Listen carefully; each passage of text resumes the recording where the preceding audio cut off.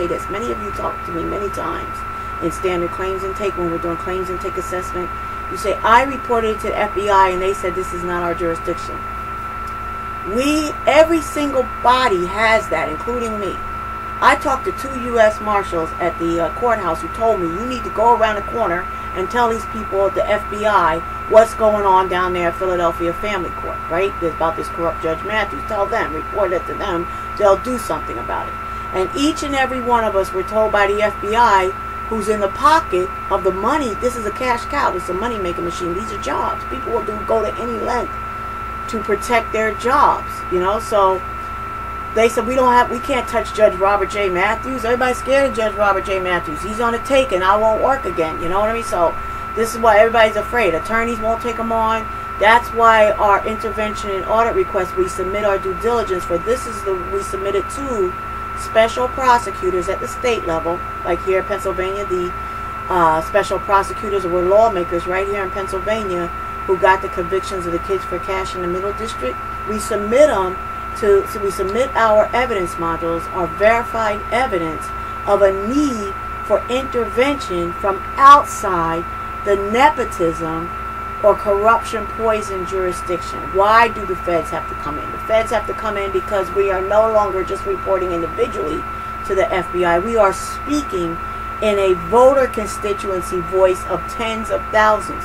We are speaking from a corruption poison jurisdiction. We are speaking from another state where we ran to trying to save our families, what was left of them, and would like to come home. All right? This is why we need audits. This is why we need intervention. This is why we need investigation. Not because we're activists, not because we're revolutionaries, but we would like to please someone begin enforcing, who has the authority to do so, who took their oaths to protect public safety and uphold our states and U.S. Constitution and Bill of Rights seriously. And we hold faith that those people exist, and there are more of them than there are not of them. There are more good people than bad people. And we're going to talk about citizens petition campaigns, how to gather the signatures that identify the victim of one particular corrupt judge, the victims. How you can actually identify through your through composing, targeting, community zones, workplaces, DPW offices, public assistance offices, and professions.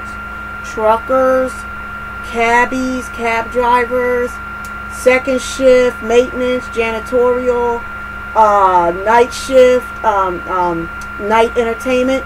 When you target these zones for sending your petition gathering campaigns in, you can and you put the language of all the verified case studies of corruption and fraud and felonies and false arrests that this one particular judge did, including in my case, Judge Robert J. Matthews attempted to murder me through the Philadelphia jail on March 8, 2010 by injecting me with a fatal disease of hepatitis C, liver disease, having a jail nurse do it against my will, witnessed by a U.S. Marshal, and medical evidence confirmed September 2nd, 2010 that it was administered acute, that I contracted hepatitis C, liver disease acutely as opposed to chronically, and the March 8th was the date the only date that I was exposed to that. So Judge Robert J. Matthews and his cronies, Kevin M. Dougherty, Margaret T. Murphy, and several Philadelphia Court of Common Pleas judges, you can actually go into the areas that you're in, where here is the U.S. Eastern District Court. Find your district court website, your official district court website, and your pro se forms in forma par paris, where you petition to proceed with filing the complaint without paying the filing fee. But even when you present the petition in forma par paris, if you're not granted that right, you still get a docket number. You still get a federal court docket number and a federal judge docket judge assignment, which enables you to report this to the other venues, the Department of Justice and other people that you're looking to step in and intervene and help with the U.S. Marshals. In our 11 laws, in our 11 new proposed laws, we learned that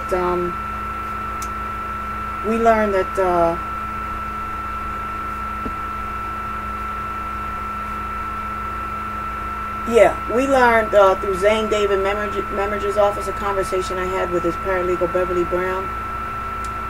It was about a week before my daughter went into the hospital, had my third grandson, and I was telling her on the phone about how I had hand-delivered all this evidence to her of Judge Robert J. Matthews and Sandra O'Sullivan and Diane Kearney being relatives of the district attorney R. Seth Williams and employees of Mayor Michael Nutter.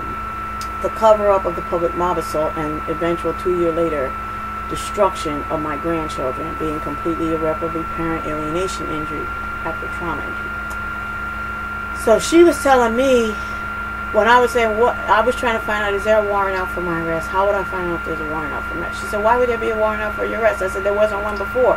I just talked to Sergeant Muse in the hospital. I mean, a week later, the conversation happened with Sergeant Muse, the warrant unit, a week later in the hospital, where he told me, he said, well, it wouldn't be, yes, there is a warrant out for your arrest. And this was 2 years after I stood up to this corrupt judge and told him in front of a U.S. Marshal, I said, Judge Robert J. Matthews, on behalf of, at the time, the 20 families that you have destroyed through your domestic violence, domestic relations dockets, we are going to see to it that you retire in disgrace, are disbarred, and never utter, in the words of the best interest of children again, and that you have nothing to do with anybody's divorce payments or support payments.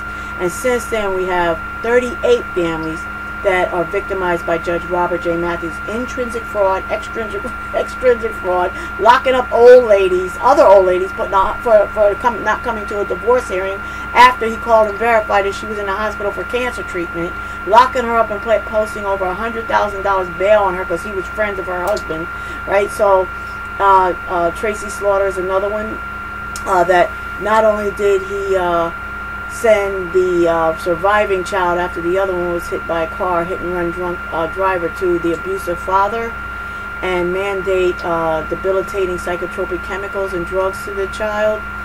He went into Judge Robert J. Matthews went in with one of his friends bragging about having a Mercedes and luxury cars.